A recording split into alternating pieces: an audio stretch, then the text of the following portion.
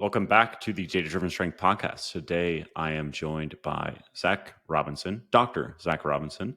I am a regular person, Josh Pelland, that's my name. And today we have a Q&A episode for you. So we were supposed to do a Q&A episode a little bit ago. That kind of turned into some more topic-based ones. So going to kind of zoom back out here, answer some of your questions. Thank you to everyone that's left questions on the question box we post on our Instagram stories. Lots of good ones in there. We have a few lined up today. Today, we're going to be discussing, some various practical things, if you will. The first one is related to how you might control proximity to failure and some of the downstream effects within a session. The second one is related to task-specific hypertrophy, so a good one there for the strength athletes in the chat. And potentially at the end, we'll talk a little bit rate of force development. So, Zach, I'll read you into the first question. So this is from Greg something. So thank you, Greg, for the question. He says, love your content. Thank you, Greg. Question, you stated that hitting failure on early sets can cost you reps on later sets. I agree with this, but if mechanical tension is the driver of hypertrophy, wouldn't less reps on later sets not matter, assuming we take them to failure too? Because the effective reps will remain the same, even if total reps are less on the sets towards the end of the workout. So performance drop off within a session, yay or nay? Yeah, great question. I'll try to maybe explain some of the underlying logic of the question prior to me answering it. So this question is probably coming from some of the discussion that's we've had and others have had on one of the recent studies I was lucky to be a part of, led by Dr. Martin Ruffalo. His study was kind of looking at a within participant design with one limb training to momentary failure, the other limb training a 1 to 2 RER. For the most part, muscle growth didn't seem to be largely different for the most part within that study. But one of the interesting findings was that the results for the vastus lateralis, which is trained predominantly by the first exercise, and the rectus femoris, which was trained predominantly by the second exercise within each session, seemed to differ a little bit. And this was a pattern that's in a few other studies as well. Seemed to kind of suggest that throughout a session, training to failure may limit the stimulus you're able to provide maybe in the kind of the later parts of the session. So the implication this kind of started to people started to theorize a little bit is, some of our work may suggest that kind of the per set stimulus seems to be highest when a set is taken to failure, which kind of just generally, I think kind of just makes sense. Like if you're trying to squeeze the stimulus out of one set, you're probably going to take it to failure. However, if fatigue is greater with those sets to failure, maybe performing every single set to failure may leave some things to be desired in terms of performance over the course of the entire session, over the entire week, entire block, etc. So I think that's kind of the general premise of like what the kind of current discussion on this is. And the question asker kind of questions this idea, which I think is a good way of thinking about it, in the sense that if we say that the kind of the reps at the end of the set are the ones that really count for muscle growth, which, I'm not going to belabor the effective reps conversation here. I think it's a totally fine kind of practical kind of way to explain how, training volume works. And I even think, out of the predictive models of hypertrophy that we have, if you tweak it a little bit, I think it's honestly pretty good. So I think it, the nuts and bolts of that conversation have gotten, kind of out there, but I do think at the end of the day, it's a really, really effective way to kind of describe to people how this stuff kind of works. So again, the question asker is saying that although that there may be additional fatigue that comes from training to failure early in a session that may harm our performance later in a session, if we were to keep the load kind of the same throughout all of our sets, if we're taking all the sets to failure anyway, and we're kind of getting those reps where you get the biggest bang for our buck in every single set, wouldn't the hypertrophy be the same in kind of that scenario, assuming that the number of quote unquote effective reps or the amount of volume that we're accumulating with a sufficient proximity to failure is roughly equivalent in each example. So first and foremost, I think it's a good question. And I think there is a couple different ways that you can answer it. So purely from a logistical / practical perspective, I do think that as you get fatigued within a session, I think people's perception of effort is impacted. I've noticed this with myself. This literally happened to me today. So I've been kind of performing a kind of a wave loading approach for some of my main lifts, where I do sets of 8, sets of 6, sets of 4, and sets of 2 in kind of the fourth week. What that does is it kind of maybe has some little bit of a detraining effect in the lower ends of the weeks there for my aerobic capacity or what have you may decay a little bit. So I just went back to the sets of 8 this week, and when you just did sets of 4 and 2, I felt considerably less prepared for that, and I'm trying to beat my performance from the last time that I did 8s. And ultimately what happened today was I went in and I also took a lot of caffeine on an empty stomach for the first time in a while. And I was just absolutely pooped after I was done doing squats. And I definitely felt my perception of effort was impacted later in the session, even though I took time to try to let things resettle, even though I'm extremely aware of the fact that my perception of effort was probably going to be impacted. I still think that it had some negative implications. So I think purely from a practical perspective, even if we kind of go on here to say maybe a slightly different tone from a mechanistic perspective, I do think this is a decent thing to keep in the back of your mind. I will say I always make the point that I think the fatigue kind of boogeyman is always in people's mind is multi-joint lower body movements. I think that is the example that people always have in their mind of failure equals fatigue, fatigue equals loss of performance, equals all these downstream implications that are bad things. That's probably the case, and could be the case to a much more minor extent in multi-joint upper body lifts like bench press and rows and things like that. But in my experience and my coaching experience, it's just much less of an issue with as you kind of go further down that chain. I can perform a lot of sets to failure on back movements and I can feel relatively okay. My performance is relatively in check. I think that's going to be somewhat of an individual thing, but the point kind of remains the same. Okay, back on track. That was kind of the logistical tangent. From a mechanistic perspective, I think there's a couple ways you could take this. I do think that there's something to be said for the stimulus potentially decreasing a little bit as you kind of get more fatigued. Josh, I can't remember what your video is titled where you kind of talk about this, but you kind of tether the absolute velocity of a repetition to its effectiveness more or less. I can't remember the exact title of the video or the context that comes up in. I don't know if you want to mention it quick.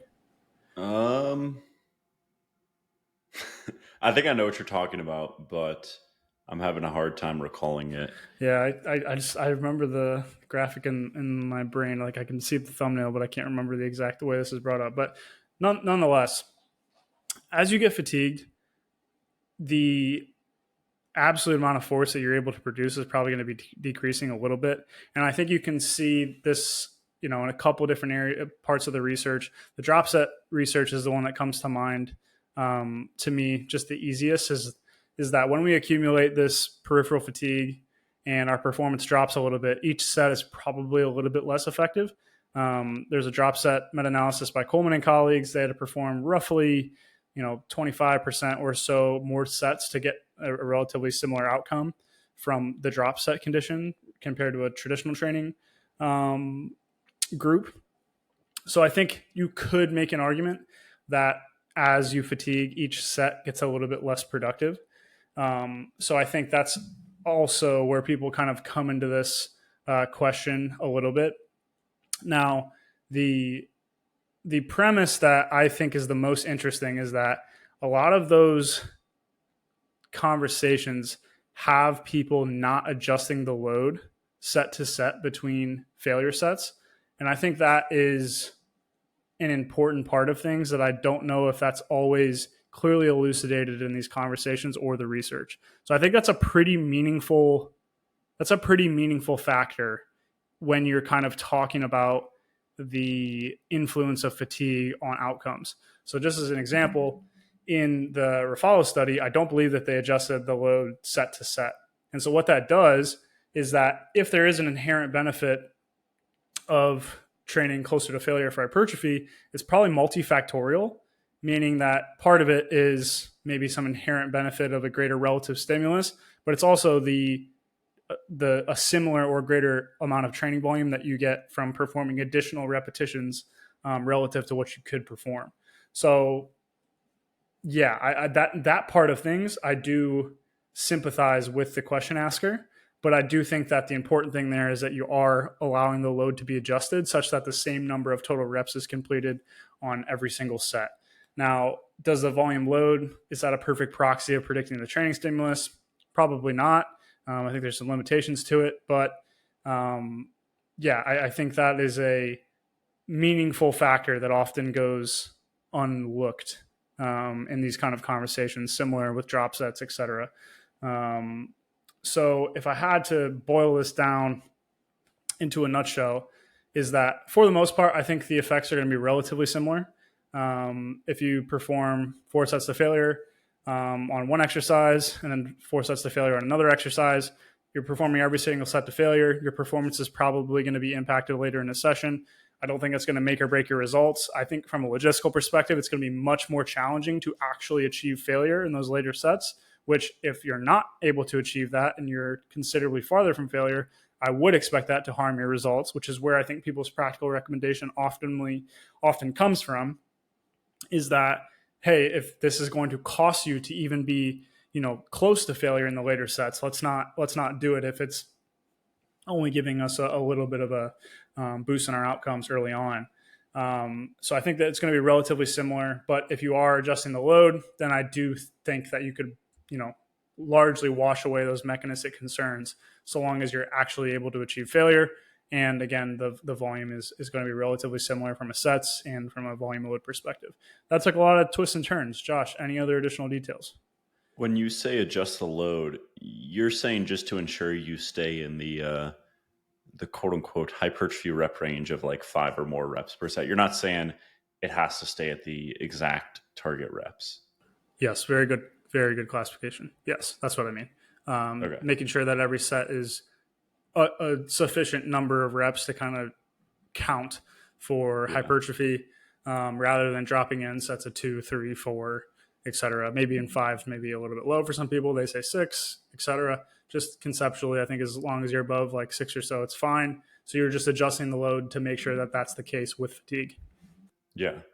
I mean, listen, man, the way that I think about this question is very few people have the meat and potatoes of their training with something like drop sets or rest pause training.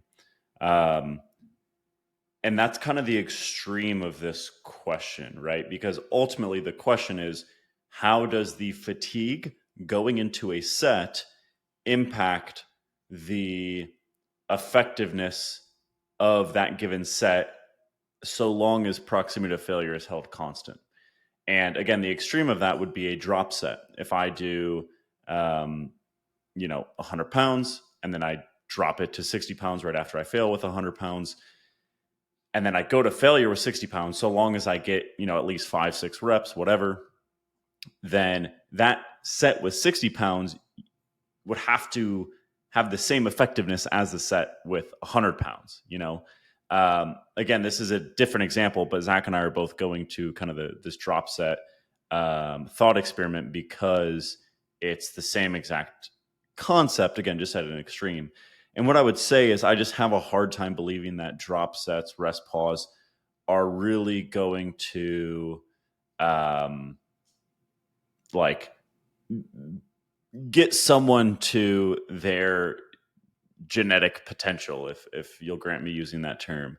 And I think kind of bringing it back to Greg's question here of, hey, why does it matter if I go into a set more fatigued because I went to failure on my first set?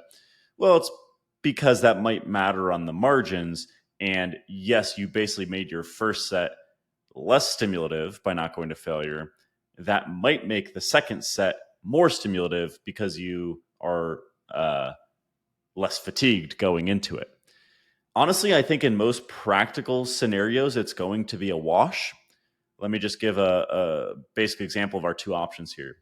Um, let me choose like a moderately fatiguing exercise. Let's say like dumbbell overhead press. Let's say I did 10 reps to failure with the 60s, and then I stayed with the 60s and I got 7 and then 5. An alternative would be to do sets of 8 across and fail on that last set, right? Like that's probably a wash if I had to guess, right? In the first example, I think the first set to failure is more stimulative, and the last set is going to be less stimulative because of the additional fatigue. But like that last set is still productive. We see that in the drop set research. I think it's probably even more than like half as stimulative. Whereas in the second example, I think each set is probably similarly stimulative, maybe even more stimulative by the end there, because you do get the benefit of slower absolute velocities if you go to failure. So I think it's kind of a give and a take, and I think most of the time it doesn't matter. But where it is going to matter is kind of in muscles or individuals or exercises that just cause so much additional fatigue for the rest of the session that your performance drops off a ton. So, like, honestly, it's just like lower body compounds are the one that come to mind for most folks. So if you take your first set of leg press to failure, but you have 7 more sets of quads after that, like the negative impact of going to failure early on in that session might really add up over the course of the session. Whereas if you were to just say, hey, this first set's going to be less stimulative, but it's going to allow me to accumulate a little bit more stimulus under the curve for the rest of the session, then it might be a net overall positive. So to wrap up or to kind of summarize here, from a mechanistic perspective, I think so long as you are in the hypertrophy rep range and proximity to failure is truly accounted for, I think that fatigue going into the set is going to have a small effect on the hypertrophy stimulus. But that effect can add up, right? So you get to some of these practical scenarios, especially when just high, like your perception of effort is off a little bit, like in Zach's example of, just how exhausted you can feel after doing that beyond your ability to truly reach maximum performance. So I think you just got to take it exercise by exercise, and look to kind of maximize the stimulus under the curve. There's no perfect formula here.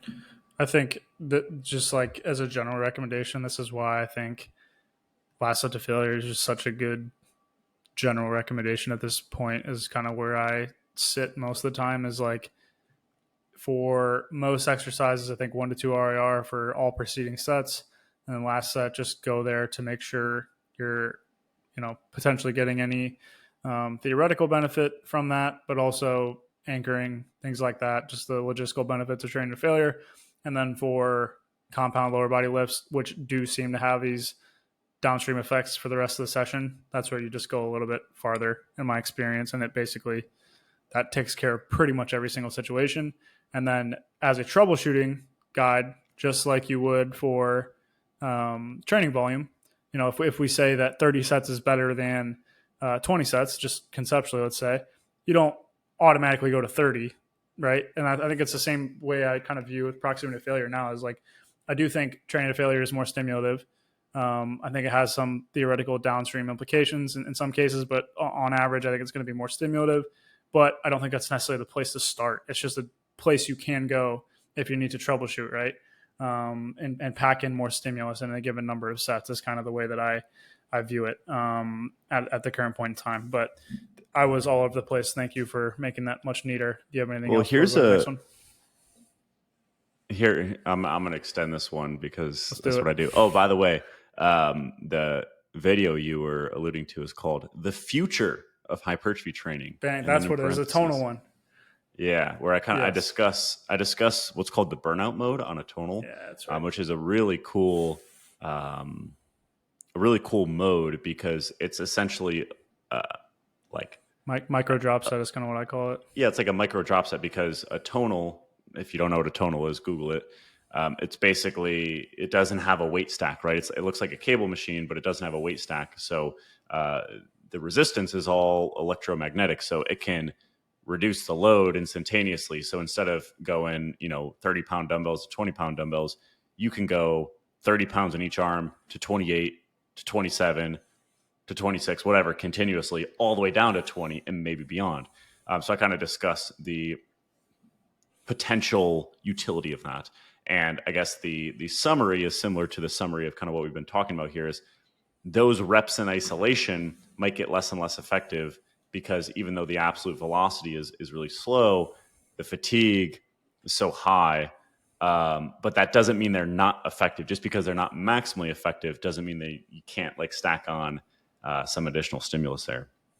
Okay, I have a practical question for you that I think kind of gives us a theoretical thought experiment. So the basic practical question is, let's say I'm doing 4 exercises. I'm doing leg press, RDL, leg extension, leg curl. And I start with the leg press. Option A is to go from leg press to RDL back to leg extension. So by the time and let's just talk about the stimulus of the leg extension.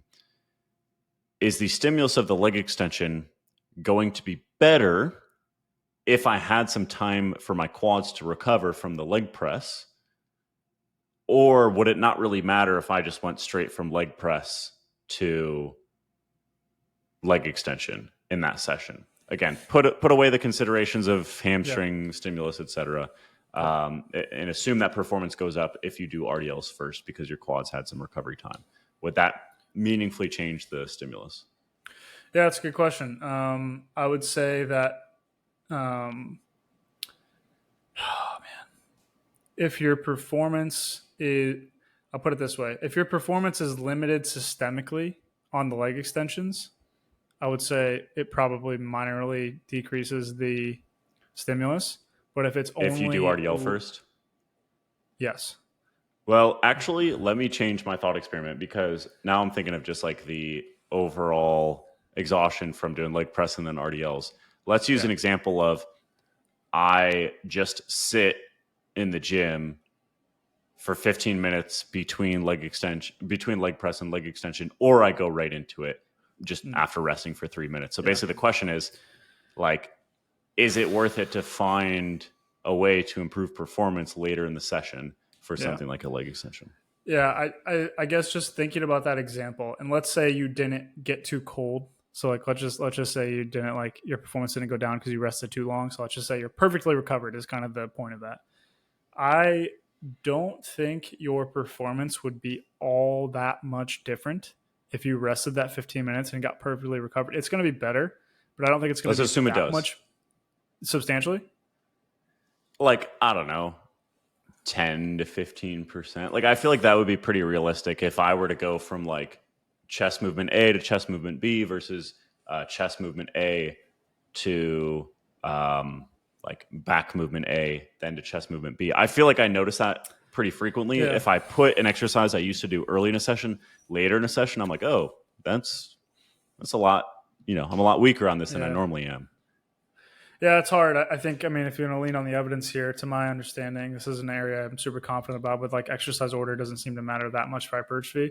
That said, the people in the literature obviously aren't people like us who are kind of, probably meaningfully impact their performance by the amount of fatigue they can generate with a early session exercise. Conceptually, it's hard. I guess my gut is going to, if your perception of effort is similar and you're able to achieve failure, the repetition range is roughly equivalent, is for hypertrophy, it'd be pretty much the same, but maybe a little bit less, but pretty much the same. As long as the exercise is locally limited, essentially. That was what I was going to go to with the RDL example, is like, as long as the thing that's limiting your performance there or resulting in failure is a muscular situation rather than a systemic situation, I think you're basically checking the box for hypertrophy. and then performance is simply just a manifestation of your current conditions, essentially. But we don't see that great of a diminishing returns effect for like exercise or sets within a session. To my understanding, like it's there to some degree, but maybe not as much as I'd expect. Um, and with training volume per week, we also don't really see that all too much with the Schoenfeld meta-analysis. Maybe a little bit, but I think that's again a more complicated question, I think, than people often point to with that analysis. So yeah, my gut goes to it doesn't matter all that much, and it's going to be relatively similar so long as it's limited by local rather than systemic factors. And then in the RDL example, similarly, as long as you're not being wrecked systemically by two multi-joint exercises that are pretty close to failure, I think it'll be relatively similar. But as a practical nugget, I've pretty much exclusively programmed things in a way that like flip-flops muscles like that to try to cause a little overlapping fatigue and also systemic fatigue as much as possible, for a lot of reasons. One of them is easy of supersets for in case of time limitations, but like going from the first exercise in somebody's session is like squat, then leg curl, for example. Then they maybe go into their second pairing with leg extension and RDL. Just doing that to, again, kind of get at some of these things subconsciously. Now that you're saying this, I guess I do kind of do some of these things. And the next session, you would just flip flop it so the RDL is prioritized, even though it's kind of second in that session. But it just kind of results in better quality performance throughout the whole session is kind of my experience. If you kind of flip flop some of those systemically fatiguing exercises just to make sure everything is being limited locally as possible, which I think is kind of what I think is the important thing here for this kind of question. Yeah. I think your kind of main point of emphasis here is that so long as the limiter is not your perception of effort, which can happen, especially with, something later in a session, coming off of like lower body compound movements, that is probably that's probably the most likely cause of a decrease in stimulus later in a session.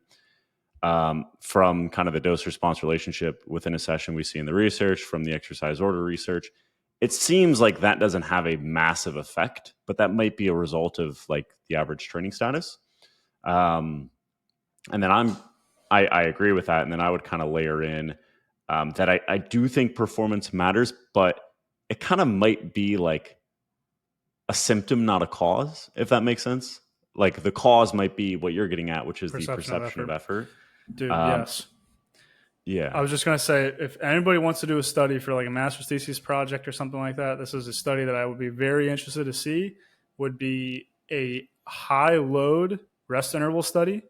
I think that would substantially change the perception of effort kind of situation compared to like a typical like hypertrophy rep range project. So like you think of a basic rest interval study as 1 minutes versus 3 minutes, unilateral leg press, 8 to 16 reps per set or something like that. I have a hard time believing, and every set is to failure typically. I have a hard time believing that the rest interval, the short rest interval condition, isn't running into issues with perception of effort with them actually achieving failure in the short rest interval condition, which is, we have the most recent meta-analysis by Singer and colleagues.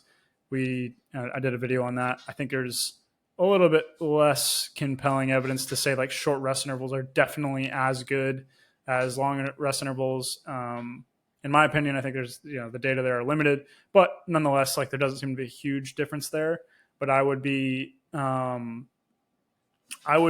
interested to see a high load training study. So I'm talking like, 4 to 8 RM type situation on some exercises, and 1 minute versus like 4 minutes of rest or something like that, to which I'd be much more confident in the high load group in the short rest interval condition having adequate perception of effort, especially if you're training with like 1 to 2 RIR, then I think it's even more so interesting.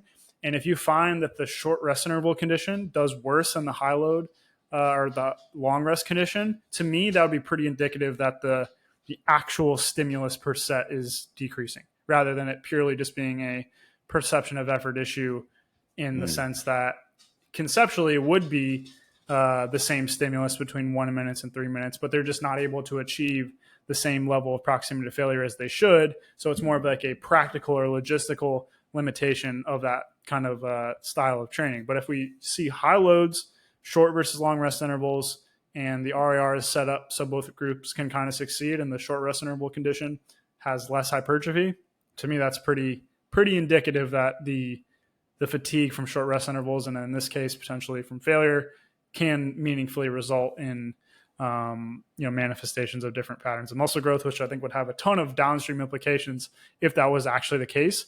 I just pretty much every single indication in the research where people would say, oh, this has downstream fatigue implications, this could hurt hypertrophy. Usually I have concerns with them actually achieving the desired proximity to failure. So that's not saying yeah. that that's not an important thing to take into account. It obviously is from a practical perspective, but like I find that a little bit less compelling as a reason not to, I guess, if that makes Hmm. sense. Like I want to know if it influences the stimulus actually, and then I can take these logistical considerations as kind of a secondary factor on what to actually write down on a piece of paper. But once I know what it actually does to the stimulus, I can make the cost benefit analysis that I maybe not would be able to otherwise. Yeah. That'd be a cool like series of studies because you need a handful of designs to kind of truly isolate the question of. I don't know if you ever truly could isolate the question, but you could get some pretty good hints. Whether, again, just in isolation, the performance of a set influences the outcomes. You almost need to like induce fatigue in a non-hypertrophic way, but also in a non-cardiovascular fatiguing way before going into the set. Um, BFR maybe, something like that, but that's like would walking that BFR. would just BFR increase like your heart rate though? It probably I don't would know. a bit. I mean, yeah, I definitely would to some degree. I'm trying to think of any local things you could do. Um, Not sure, but dude, the series of study thing is such a good comment. Like, I did the YouTube video I did on a recent study about muscle relocation. I looked into the series of studies from McMaster on the like kind of the hormone hypothesis. Those Yeah. series of studies are so cool when you're really able to like follow up, and see things through like the entire investigation of a theory like that. It just makes me wish we had more more lines of research like that. It's a really really cool way that they did that. I think there was another series of studies that did that with like hunger and training performance, if I recall. Not Yeah, and they Haruden, had maybe is like the author. they had like the non-nutritive Yeah, orange juice if yeah, or yeah, something yeah, like that. yeah, Yeah. yeah, dude. Those are cool because you really get to explore the kind of all sides of an idea. So yeah, if anybody wanted to do that with like performance and hypertrophy stimulus, that'd be really cool. Well, we Yeah. expended pretty much all our time for one question, so these So Q&A episodes are definitely going to get more beefy. yeah. Yeah. I think next time we should set ourselves a timer. Um, Yep. all right. We'll wrap up here in like 2 minutes, I swear. What are some quick practical takeaways, Zach, from your perspective? Sweet. So I think for the most part, training closer to failure is going to be generally a better stimulus for hypertrophy. But the thing you want to be careful is that if you do that early in a session, it can potentially preclude your ability to do that effectively later in a session. So basically, the goal of training for hypertrophy, as far as I see it, is we're basically trying to get the most stimulus under the curve from like a pretty long time period. So in this case, we'll talk about the session, but honestly, I think most programming decisions should be maybe even longer than that. But in the case of a session, I'm not trying to necessarily program things to maximize the stimulus of one set. I'm trying to maximize the stimulus for the entire session. So you may choose proximity to failure that is a little bit less efficient on a per set basis to make sure your entire session is the most stimulative possible. And in this case, what we're basically saying is that the fatigue from training closer to failure may not necessarily impact the true biological stimulus as much as maybe sometimes as it's claimed. But I think it's definitely still something to take into account from a logistical perspective. And you would probably want to program things in a way that allows you to account for that in some capacity. To make sure you're not smoked by the end of the session so that you can truly train close to failure. That's ultimately kind of what it comes down to is, maximizing the stimulus under the curve in this case within the session, and your perception of effort plays into that a lot. And it's often not a conscious thing. It's not. I think a lot of times it's not because you're. I don't know if you can totally outsmart this. I think being cognizant of it can help, but I don't think that it's something you can escape. I think it is a true consideration for programming. Both. Yeah. I'll just stop there. Cool. As always, thanks for tuning in, everybody. Make sure to like the podcast, 5 stars rating and review on all podcast platforms of choice. Keep sending in your Q&A questions. We're going to set up some system to make sure we can get through them more efficiently in future episodes. But as you see, we love talking about it, love diving into the weeds, and are looking forward to doing so on more questions from you guys. So thanks as always, and have a great rest of your day. Take care. Peace.